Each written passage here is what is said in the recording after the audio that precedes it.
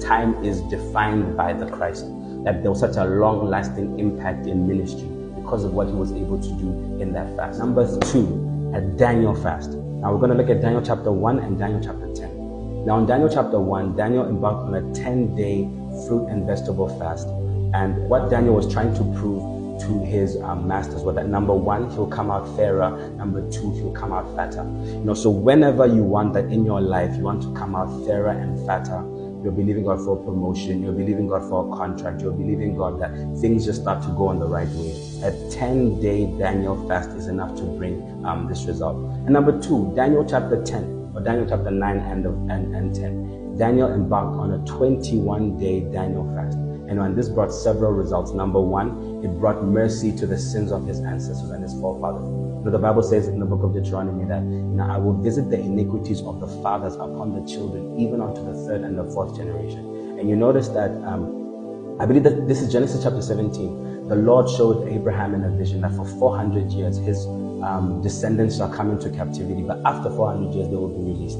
And Daniel understood by the books of the prophet Jeremiah in Daniel chapter 9 that they had exceeded that number by an extra 36 years, and there was no sign of it stopping. And so in this fast, Daniel was able to bring mercy, to the sins of his forefathers and bring a change for his people. It brought about angelic visitation. In fact, it even brought, which is what I believe, the highest order of angelic visitation. Because you notice that the angel in Daniel chapter 10 that visited Daniel is the angel of Jesus Christ.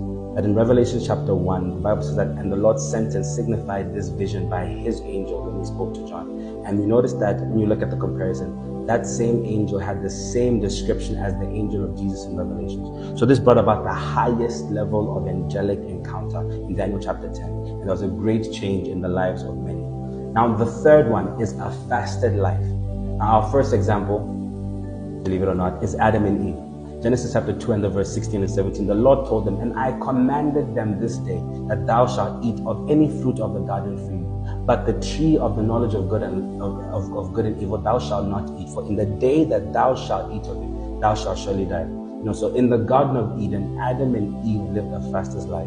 And in this fasted life, they had dominion over the earth, over the sea, over the animals. It's in this fasted life that Adam was able to name all the animals. And the name that he gave it were the name that was therein. They were able to eat in abundance. There was no tree that was left out to them. They had no issues. In fact, in Genesis chapter 3, the Bible came to say that, number 1, for Eve, that in your childbearing you shall experience pain, which means that Eve never experienced pain before.